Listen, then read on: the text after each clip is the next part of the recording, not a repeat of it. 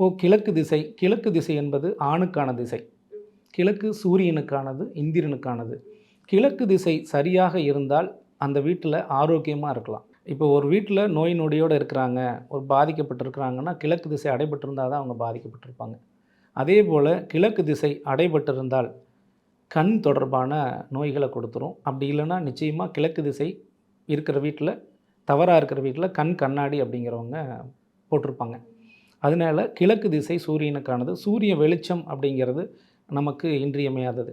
சூரியன் வெளிச்சம் கிடைச்சாதான் நம்ம வீட்டுக்குள்ளே இருக்கிற பாக்டீரியாக்கள் எல்லாமே இல்லாமல் இருக்கும்.